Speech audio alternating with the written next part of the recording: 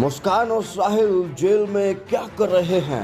हमने भी मना किया है कि ज़्यादा बंदी उनसे केस के बारे में न पूछे तो तब वो भी ज़्यादा बंदियों से बात न करें, क्योंकि बार बार जेल में बंद दोनों पुलिस से आखिर क्या मांग रहे हैं? मेरे समक्ष उपस्थित होने के लिए अनुरोध किया था, तो मैंने बुलाया तो उसने ये कहा कि मुझे सरकारी वकील दिया जाए। जेल अधीक्षक ने साहिल और मुस्कान को लेकर क्या कहा? खाना अलग नहीं दिया जा सकता, नहीं ऐसी कोई डिमांड की गई। जिला कारागार पहुंची एन भारत मीडिया की टीम। नमस्कार, एन भारत मीडिया देख रहे हैं। यहाँ पर आपके साथ मैं हूं नकुल चतुर्वेदी, मेरी टीम और मैं इस वक्त वहां आज पहुंचे हैं जहां पर इस वक्त मुस्कान और उसका पति उसका जो बॉयफ्रेंड था हत्यारोपी साहिल, वो दोनों इस वक्त इधर ही जिला कारागार मेरठ में बंद है।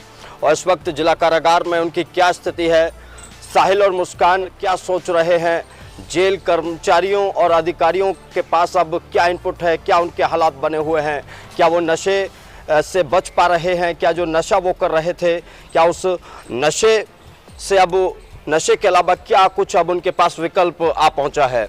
इसके अलावा अब खबर ये भी है कि डॉक्टर इन दोनों का ट्रीटमेंट कर रहे हैं।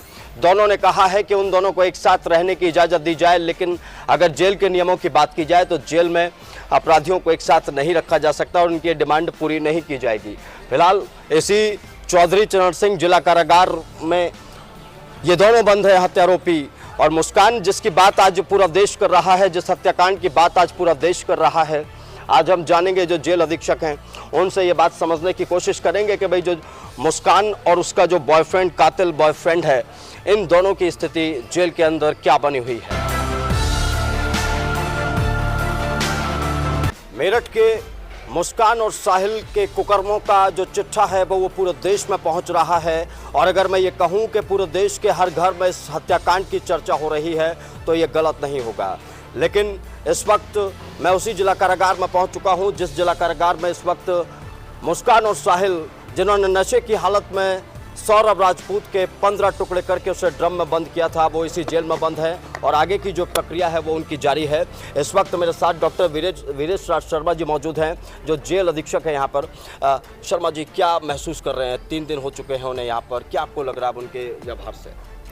नहीं, धीरे धीरे उनका व्यवहार सामान्य हो रहा है। जब वो आए थे तो चिड़चिड़ापन और चिंता और उस तरह की चीज़ें थीं, क्योंकि नशे के आदी होने की वजह से विड्रॉल सिम्टम थे। जैसे ही चिकित्सक ने स्वास्थ्य परीक्षण किया, जो भी बंदी आता है जेल में तो स्वास्थ्य परीक्षण कराया जाता है, तो उसमें विड्रॉल सिम्टम्स पाए गए, उसकी दवा प्रारंभ की गई। तथा जो हमारा नशा मुक्ति केंद्र है, जिसके माध्यम से हम बंदियों के रिफॉर्मेशन के प्रोग्राम्स चलाते हैं, yoga, meditation, counselling, physical activities, उसके माध्यम से भी उनका उपचार किया जा रहा है। तो धीरे धीरे स्थिति सामान्य हो रही, दिनचर्या भी सामान्य हो गई। सर, आप सालों से पुलिस सेवा में हैं, समाज में अलग अलग क्राइम्स आपने देखे हैं, क्या इससे बड़ा कोई हत्याकांड, इससे नृशंस हत्याकांड आपने इससे पहले देखा है? देखिए, हम लोगों को इस तरह से ट्रेन किया जाता है कि किसी भी व्यक्ति या किसी भी बंदी के क्राइम के बारे पे कोई टिप्पणी ना करें। मैं बस इतना कहना चाहूँगा कि हमने बहुत से घटना वाले बंदियों को रखा है, इससे भी गंभीर घटना वाले बंदियों को भी रखा है और एक नियमित प्रक्रिया है जेल सेवा में चलती रहती है। किसी बंदी के व्यक्तिगत केस के ऊपर मैं कोई टिप्पणी नहीं करना चाहूँगा, क्योंकि ये केस माननीय न्यायालय में विचारणीय होते हैं। अगर बात की जाए तो अभी सुनने में आ रहा है कि वकील की डिमांड की जा रही है, सरकारी वकील की, और उधर अगर हम देखें तो कचहरी में वकीलों ने ही इनकी पिटाई की थी। ऐसे में आपको क्या लग रहा है, क्या वकील इन्हें मिल पाएगा यहाँ पर? देखिए, जब भी कोई बंदी होता है जिसका निजी अधिवक्ता नहीं होता है तो उसका ये अधिकार है, यदि वो जेल में है, कि सरकारी वकील की डिमांड कर सकता है। उसने एक मेरे समक्ष उपस्थित होने के लिए अनुरोध किया था, तो मैंने बुलाया तो उसने ये कहा कि मुझे सरकारी वकील दिया जाए। हमने एक प्रार्थना पत्र लेकर के उसको माननीय न्यायालय को भेज रहे हैं तथा ये किसी भी बंदी का अधिकार है कि उसको सरकारी वकील दिया जाए, जिसको हम डीएलए से और माननीय न्यायालय के माध्यम से दिलवाएंगे, जो कि सभी बंदियों को दिलवाया जाता है जिनके पास अपने निजी अधिवक्ता नहीं है। शर्मा जी, क्या ये लग रहा है कि उन्हें अफसोस है इस पूरे कृत्य का जो उन्होंने किया है? जेल के कर्मचारी बता रहे होंगे, कुछ आपको इनपुट्स मिल रहे होंगे? अभी ज़्यादा हमने भी मना किया है कि ज़्यादा बंदी उनसे केस के बारे में न पूछें तो तब वो भी ज़्यादा बंदियों से बात न करें, क्योंकि बार बार दिन भर वही बात चलेगी तो दिमाग में कई तरह की चीज़ें आती हैं। प्रयास ये किया जा रहा है कि बंदियों के साथ रखते हुए उनको थोड़ा सा पृथक रखें तथा इस तरह की बातचीत ना हो। लेकिन मैं इतना कहना चाहूँगा, जो स्थिति उस दिन आए थे, जो इरिटेशन, चिंताएं थीं, धीरे धीरे सामान्य हो रही हैं और जो जेल मैनुअल के अनुसार उसका दिनचर्या होती है एक बंदी की, उसके अनुसार वो पालन कर रहे हैं। जेल में जिस दिन से वो लोग आए हैं शर्मा जी, कहीं जेल में ऐसी स्थिति तो नहीं आई कि कहते हैं कि बंदी गुस्सा हो जाते हैं जब ऐसे कांड करके आते हैं, तो कहीं जेल में ऐसी स्थिति तो नहीं आई कि नाराज़ हुए और बंदी? नहीं, एक बंदी जानता है कि जो भी जेल में आता है किसी न किसी ऐसी घटना की वजह से आता है जो कि समाज में हुई है। वो सत्य है असत्य, इसका निर्णय तो न्यायालय करेगा, लेकिन चूंकि कई घटनाओं के बंदी यहाँ पर रहते हैं तो एक दूसरे को इस तरह की दृष्टि से नहीं देखते हैं। दूसरा, जेल प्रशासन का एक काम है, जो बंदी आ गया उसकी सुरक्षा करना।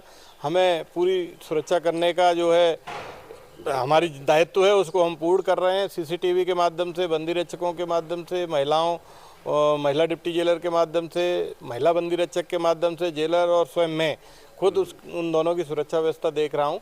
यहाँ पर सुरक्षा की व्यवस्था के पूरे इंतजामात हैं और हम लोग पूरी तरह से सतर्क हैं। खाने में कुछ अलग मांगा उन्होंने, जैसे जेल मैनुअल में जो चल रहा है, क्या उससे कुछ अलग डिमांड की गई दोनों की तरफ से?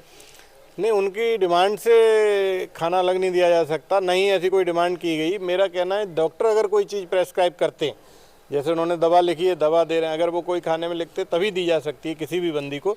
तो ऐसी कोई चीज़, वो सामान्य खाना ले रहे हैं और सामान्य बंदी की तरह अपनी दिनचर्या चला रहे हैं। ठीक है, बहुत बहुत शुक्रिया हमसे बात करने के लिए। तो ये थे मेरे साथ वरिष्ठ जेल अधीक्षक डॉक्टर वीरेश राज शर्मा जी, और जिन्होंने खुलकर इस पूरे मुद्दे पर बात की है। कारागार कानून क्या कहता है, कारागार के लॉस क्या कहते हैं, इस वक्त उन दोनों की स्थिति क्या है, खाने की स्थिति क्या है, जो वो नशा करते थे उसके बाद उनकी मनोवैज्ञानिक स्थिति क्या है, इन तमाम मुद्दों पर हमारी बातचीत हुई है। मुस्कान और साहिल वाले केस में ये पूरी बातें निकल कर सामने आ रही हैं कि एक ऐसे बड़े हत्याकांड को अंजाम दिया गया जिसकी कल्पना एक रिश्ते में तो कम से कम नहीं की जाती, और उस रिश्ते में जहां पर पति और पत्नी का रिश्ता पवित्र रिश्ता आ जाता है। अपने सहयोगी राजन और सूर्यांश के साथ मैं नकुल चतुर्वेदी, टीम एन भारत।